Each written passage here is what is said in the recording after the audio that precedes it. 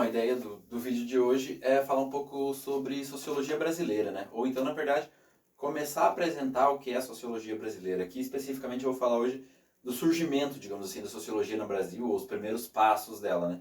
Então, a ideia é que, na sequência, depois eu faça mais vídeos falando da sociologia, quando ela se tornou, digamos, uma sociologia mais madura, mais desenvolvida aqui no nosso país, e os principais autores que até hoje são referências e tal. Então, a primeira aula sobre sociologia brasileira é entender quando ela surgiu aqui no Brasil ou quando começou a dar os primeiros passos, né? Então, a sociologia no Brasil, ela começa ali pelo final, na verdade, do século XIX e vai até essa primeira fase que eu vou falar aqui, até os anos 1930, né? Então, esse é o período aqui que eu vou tentar falar um pouco e explicar sobre esse surgimento da sociologia. Nesse contexto, se a gente pensar o que estava acontecendo no Brasil, né, e o que a sociologia tem a ver um pouco com isso, dois fatos importantes, né? A abolição da escravatura, 1888. Então a gente estava aí no final do século XIX, né, vivendo essa discussão sobre o fim da escravatura, o que fazer, quais seriam os próximos passos em relação a isso, né?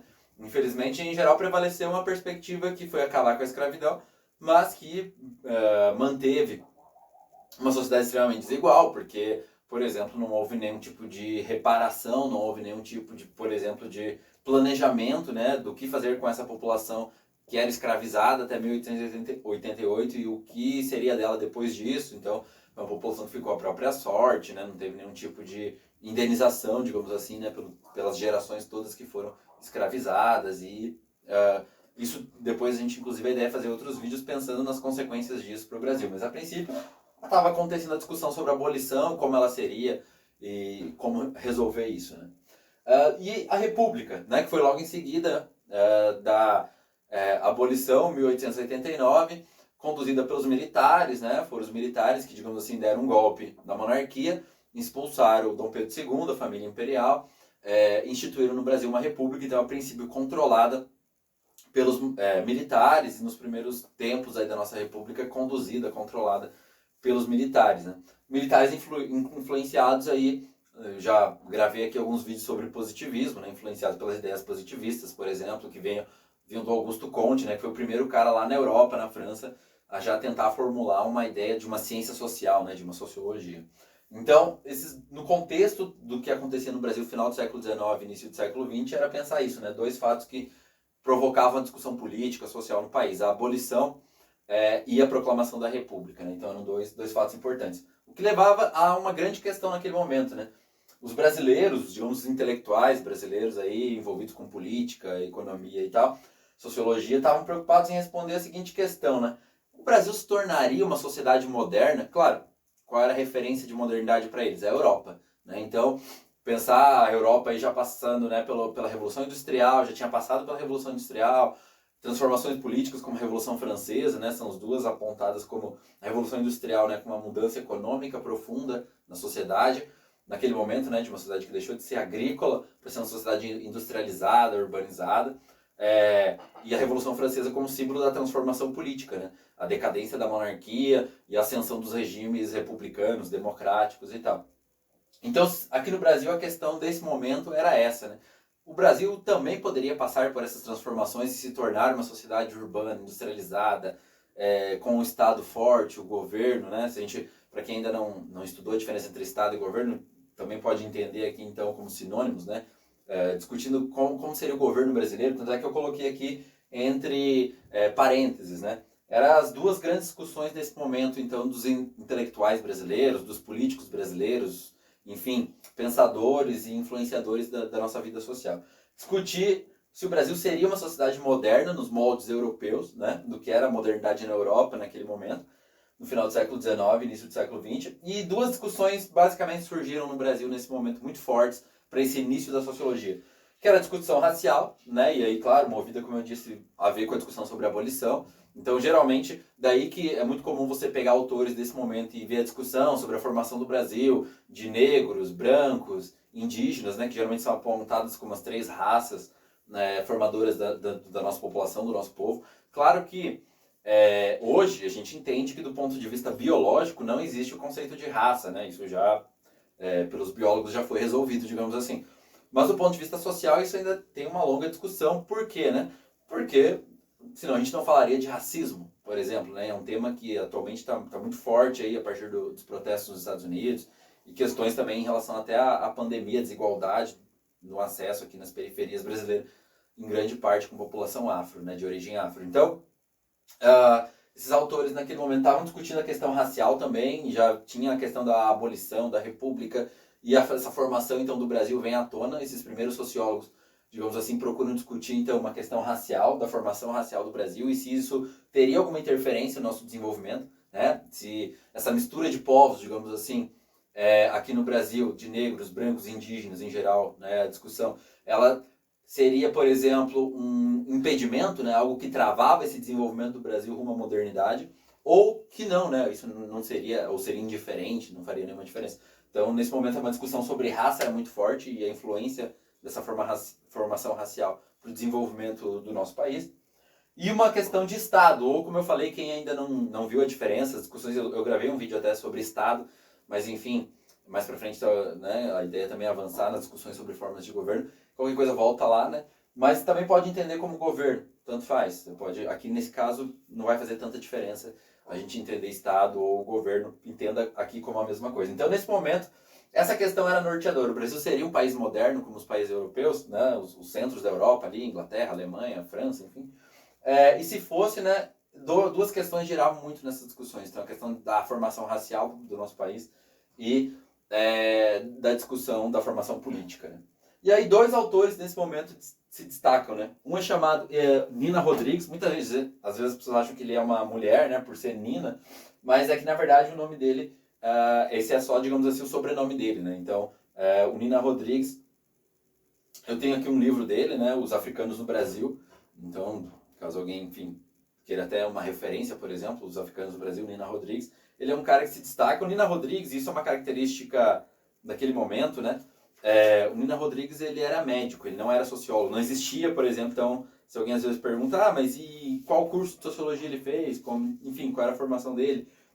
O Nina Rodrigues, não é sociólogo de formação, não existia ainda um curso de sociologia no Brasil. Os primeiros cursos de sociologia vão ser só depois aqui de 1930. Então, até esse momento, quem fazia sociologia no Brasil? Né? De quem que a gente está falando nesse início das discussões sociológicas do nosso país? A gente está falando de médicos, em geral, três profissões que até hoje são muito clássicas das nossas universidades, né? Medicina, então médicos, engenheiros e advogados. Basicamente, eram esses três grupos de profissionais que acabaram, claro, alguns deles, indo para essas discussões e pesquisas sociais, políticas, sociológicas, e começando essa discussão aqui no Brasil. Então, a sociologia brasileira surge não por sociólogos, né? Mas por médicos, advogados e engenheiros, que acabaram indo para essa área de pesquisa e desenvolvendo teorias, pesquisas nesse sentido. Então, a sociologia brasileira, na verdade, começa lá no século XIX com autores que não eram em si sociólogos, né, como a gente entende hoje, de fazer uma faculdade de sociologia ou de ciências sociais, digamos assim, né, eles eram de outras profissões. O Nina Rodrigues, por exemplo, ele era médico, né? Então, o Nina Rodrigues era um médico, e aí, em geral, nas discussões dele, que é muito destacado, essa ideia de miscigenação, né? O que é miscigenação, para quem não sabe? Miscigenação é justamente a mistura de raças, né? Que muitos até hoje falam, o Brasil é um país da mistura de raças, né? Onde vários povos se encontraram aqui e convivem entre si, enfim, deram continuidade às suas vidas aqui no Brasil. Então, segundo Nina Rodrigues, essa mistura, né, essa miscigenação aqui no Brasil, ela é negativa. Porque, segundo ele, o Nina Rodrigues, como médico, ele foi muito influenciado. Isso é uma coisa interessante também, né? Às vezes a gente pensa hoje, a ciência vai nos... A gente às vezes esquece que a ciência faz parte da sociedade, né? E ela é influenciada por uma cultura. Então, no início, lá no século XIX, final do século XIX e início do XX, a ciência também, não só no Brasil, mas no mundo inteiro, digamos assim, ela era profundamente racista, né? Nas pesquisas sociais, biológicas, enfim, qualquer área, a ciência também era racista. E aí o Nina Rodrigues, como médico, influenciado por esse racismo no Brasil e que vinha também de fora, ele foi muito influenciado por estudos dos europeus que, nesse momento, estavam tentando encontrar, por exemplo, em suas pesquisas, se havia uma relação, por exemplo, entre características de ser negro, branco ou de outra origem, e se isso tinha alguma relação com uma predisposição, seja ela de ordem, digamos assim, psíquica, né, de formação cerebral mesmo, ou, enfim, de alguma outra interferência genética ou do corpo sobre a mentalidade das pessoas. Isso é uma coisa curiosa também, né? Pretendo fazer um vídeo específico para discutir esses temas, mas em geral, o racismo, por exemplo, ele não é um preconceito ligado só diretamente a imaginar que é uma questão genética no sentido das características físicas, né? De que o sujeito, é pela cor da pele, pelo tamanho da cabeça, ou do formato do nariz, enfim. Ele também, geralmente, os racistas, ou essas teorias racistas, que muitos ainda acreditam nisso, né? Não na ciência, né? Mas, ou às vezes até na ciência, infelizmente, mas no senso comum, digamos, né? É muito frequente isso, ou mesmo pessoas muito estudadas ainda têm comportamentos racistas, né? Algo que tem a ver também com a nossa cultura, nesse sentido. Então a gente às vezes imagina que a ciência é algo livre disso, né? De que as pessoas mais intelectualizadas e tal, que estariam livres desses preconceitos. Não é bem verdade, né? E isso é um bom exemplo. A própria ciência, então, no século XIX até praticamente a Segunda Guerra Mundial, era a própria, né, o Hitler aí, ele tinha médicos e tal, que faziam pesquisa também nesse sentido, que era de tentar relacionar se havia, por exemplo, características físicas de, né, raça, aí, digamos, entre aspas, se havia alguma conexão entre características de cada raça e uma predisposição ao crime, à violência, ou coisas desse tipo.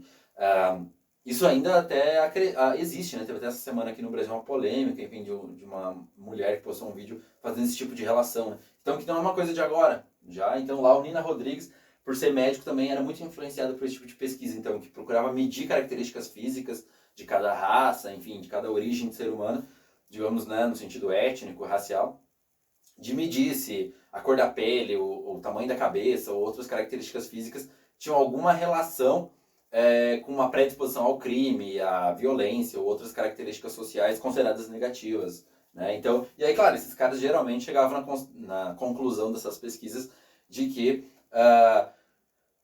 as pessoas negras ou não brancas em geral, os indígenas, os negros, né, seriam predispostos ao crime, predispostos à violência ou coisas desse tipo. Né? Então, Nina Rodrigues, na medicina, era muito comum. E ele dizia que a miscigenação, então, era negativa no Brasil. Essa mistura de raças, negros, brancos, indígenas, por exemplo, era uma mistura negativa, porque o que ele considerava, né, essa predisposição, inclusive, dos negros e indígenas a serem socialmente, digamos assim, menos aptos ou menos desenvolvidos, acabaria na mistura com os brancos, prejudicando a raça branca, e isso levaria o Brasil a uma degradação, digamos assim, um prejuízo, né, do nosso desenvolvimento social por conta do lado negativo dos não brancos, né, que formavam a nossa população. Então, Nina Rodrigues é um dos primeiros considerados aí sociólogos, ou se a gente não chamaria propriamente talvez ainda de uma sociologia, né, porque não existia uma formação específica para isso, mas a gente poderia chamar de um dos formadores do pensamento social, né? Muito comum ainda cair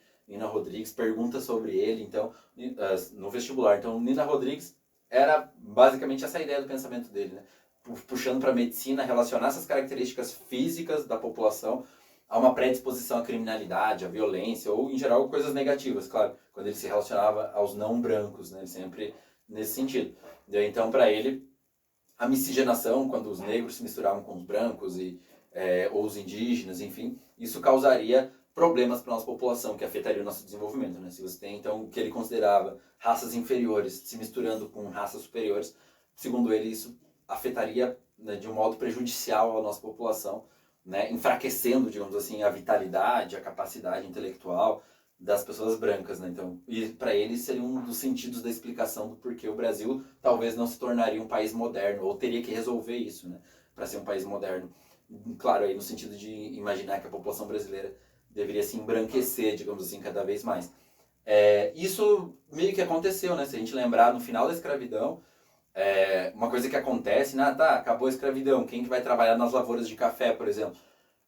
Iam pagar salário para os africanos ou os negros que foram libertos e tal, ex-escravos? Não, né? Geralmente, a partir daí, até, em geral, até mais ou menos 1930, teve uma política muito clara do governo brasileiro de trazer imigrantes europeus. Então, muitos de nós que somos, que viemos de origem europeia, aí, sei lá, italianos, espanhóis, portugueses, e entre outros, muitos vieram justamente nesse período final do século XIX, início do século XX, quando o governo brasileiro, até para substituir a mão de obra escrava nas fazendas e em outros lugares, na industrialização também no Brasil, que começava mais fortemente.